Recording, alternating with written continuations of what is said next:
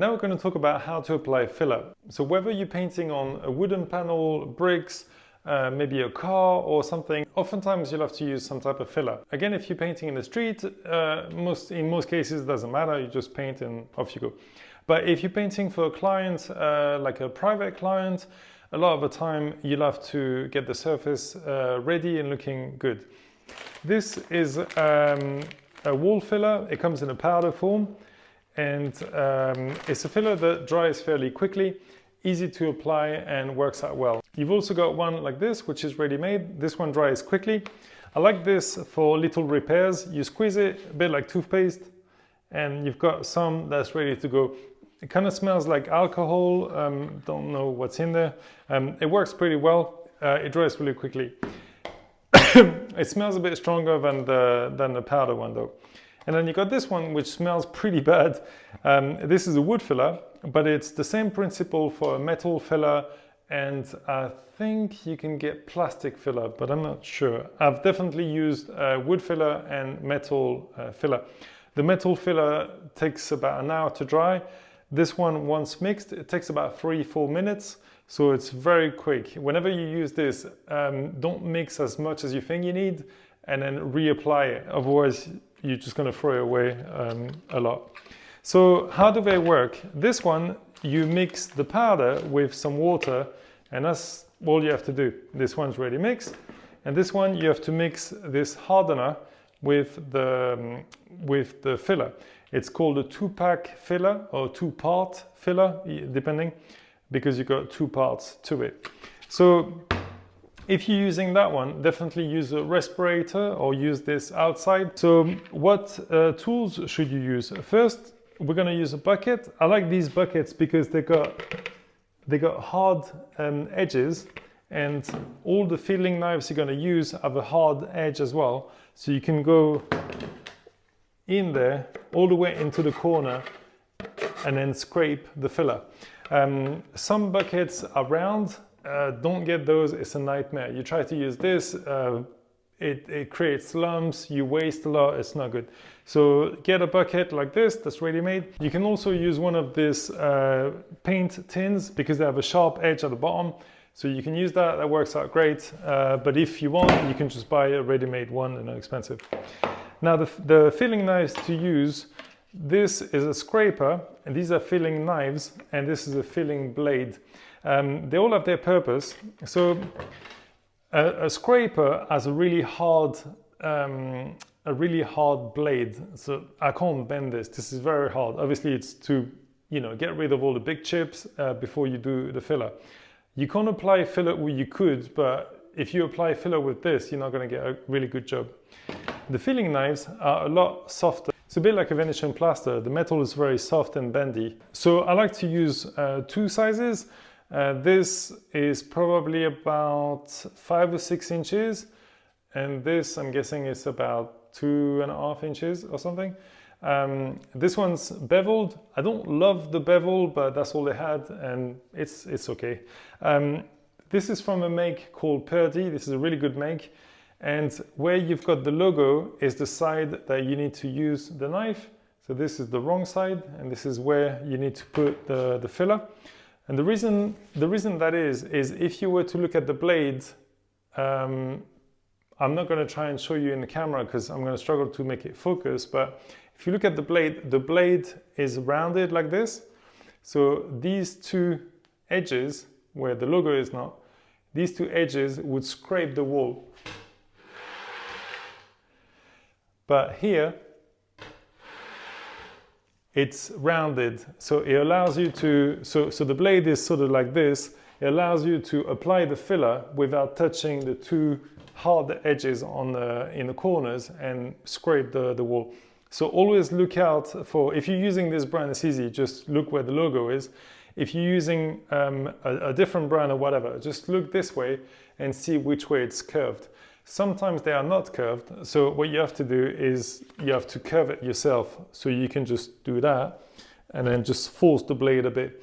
Don't go too mad with it, because if you do, you might create a kink into the knife, and if the knife has a kink, a sharp edge, then that's pretty much game over. You can throw it away. These filling blades, this one actually has a profile. This one is rounded. I don't know if I did it. I'm guessing it came like this, and that's pretty cool. But what I like to do, this one's got no label anywhere, so I can see the round edges this way. So what I like to do is take a scraper and make a cross, especially as I start using it with the filler.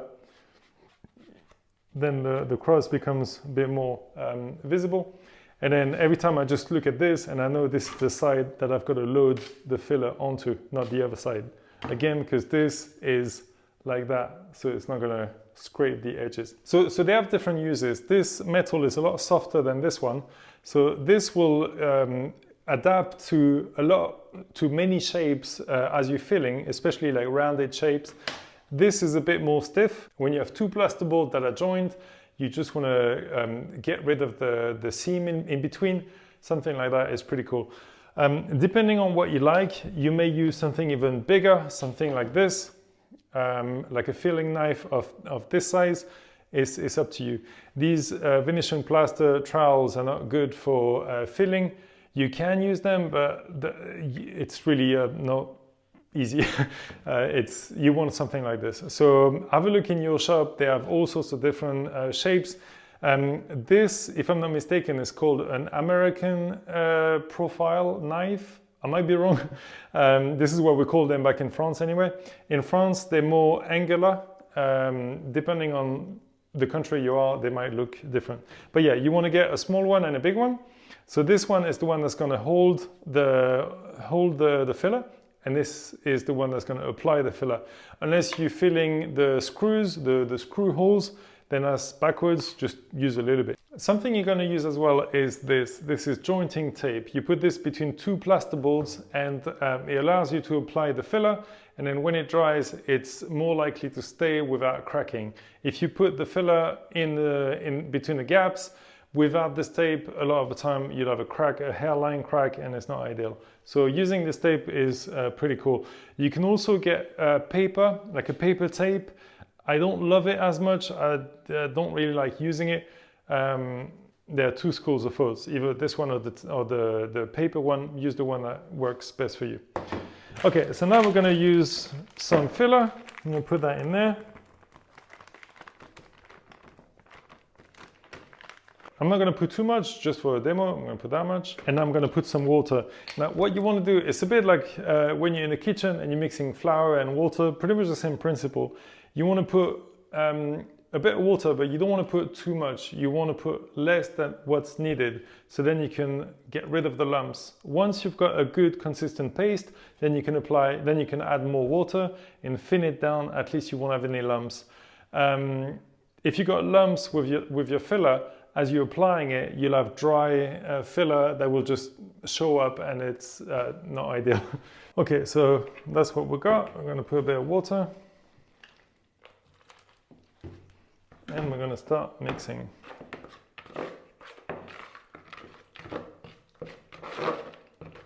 I've already put too much water.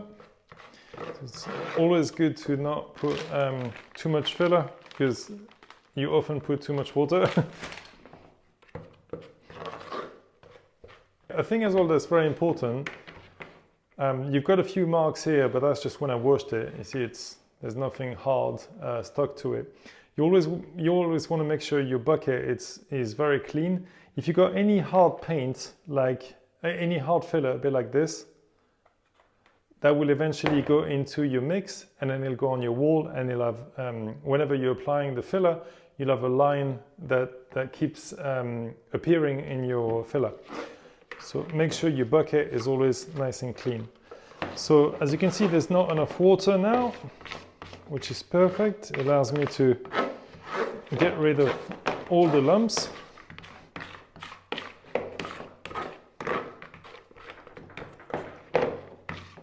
And create a good consistency. Doesn't take very long. There you go.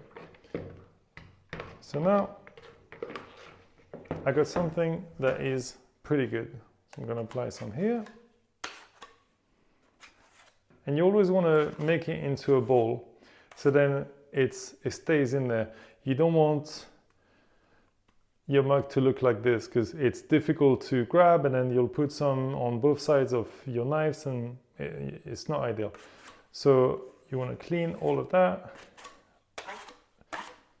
both sides of both knives. Just want to make sure it just rests in the middle like this, and that's perfect. Now this is too thick, so I'm just going to dilute it a bit. And again, you just want to put a little bit of water at a time. It's a lot easier to add water than it is to remove. To remove, you just need to mix it again, and just not ideal. So don't put too much water at a time.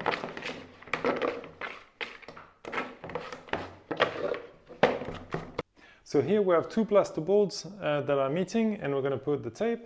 So I'm just going to apply it like this, and it's a bit sticky, so you can just apply it like that, be enough to stay.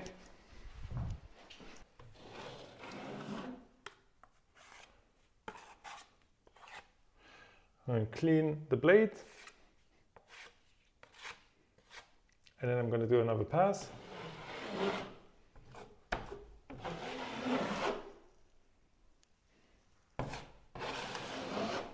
So now we're just going to let that dry, and then we'll come back and do another coat. Now that this is dry, I can apply another coat.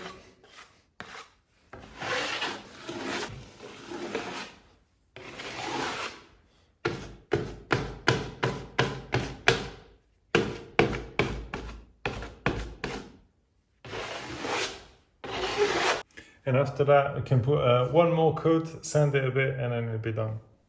Now the way this filler works, you open it, you get some of it. Sometimes it's white and sometimes it's tinted in different colors. This one is natural. It smells pretty bad, so you're just gonna use a bit. They say to use the size of a golf ball for the size of a pea.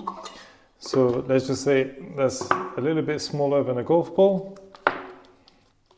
And then we're going to put the size of a pea. If you put more than you need to, it's going to dry quicker, but it already has a drying time of about 3-4 minutes, so you have to be pretty quick.